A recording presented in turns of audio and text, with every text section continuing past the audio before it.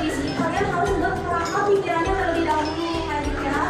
Mau tentang apa? Apakah temanya tentang kesehatan, tentang pendidikan, atau tentang bebas lah. Kalau misalnya kalian punya kreatif mungkin, kalau misalnya ada pendapat, boleh diperkenalkan. Yang pertama, puisi ada tiga. Pertama, pernyataan posisi. Silakan baca. Cewek. Sok, nafas. Yang Pendapat persuasi termasuk ke dalam teks eksposisi. Teks eksposisi umumnya dimulai dengan suatu pendahuluan, pernyataan posisi yang memberikan pendapat atau sudut pandang pengarang. Bagian berikutnya memiliki serangkaian argumen logis yang meyakinkan audiens mengapa posisi itu diambil. Kesimpulan memperkuat atau menyimpulkan pandangan pengarang. ya. Jadi kesimpulannya, pidato persuasi itu kan termasuk ke dalam teks eksposisi. Nah, dimulai dengan pendahuluan pernyataan posisi yang memberikan pendapat atau sudut pandang.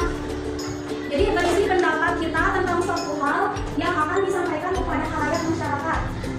Tadi pertama ada pernyataan posisi. Pernyataan posisi merupakan pendapat atau pendirian yang diambil penulis terhadap suatu persoalan. Misalnya, apakah posisimu terhadap persoalan remaja dan bela negara? Dalam eksposisi tulis, kamu sebaiknya melihat persoalan aktual di masyarakat dan dianjurkan penulis untuk mengekspresikan dukungan atau kepedulian.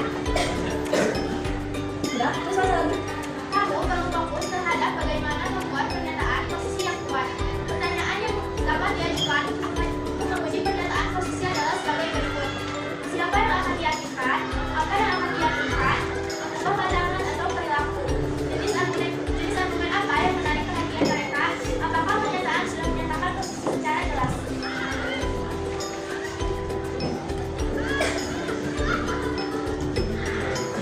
Ya, jadi dalam pernyataan posisi itu berisikan pendapat atau permasalahan dari sudut pandang si penulis.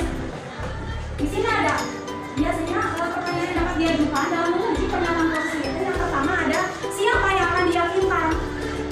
Berarti ini menuju kepada siapa yang tujuannya gitu. Siapa yang akan diyakinkan, apakah masyarakat, misal siswa atau murid, misal. Selanjutnya apa yang akan diyakinkan? Apa yang akan diyakinkan? Ini masuk biasanya pernyataan umum itu termasuk ke dalam struktur pidato persuasi permukaan. Kalau argumen dan ini dimasukkan ke dalam isi biasanya.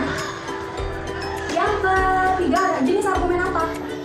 Jenis argumen apa yang akan dibahas di pidato yang kalian buat tentang banyak korban misalnya. Berdasarkan kalau jenis argumen ini harus berdasarkan dengan berdasarkan logika dan dinyatakan dengan bukti yang nyata.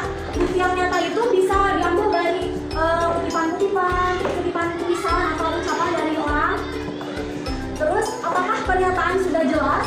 Apakah pernyataan sudah jelas? Kalau misal ada yang kurang jelas, ditambahkan lagi pernyataannya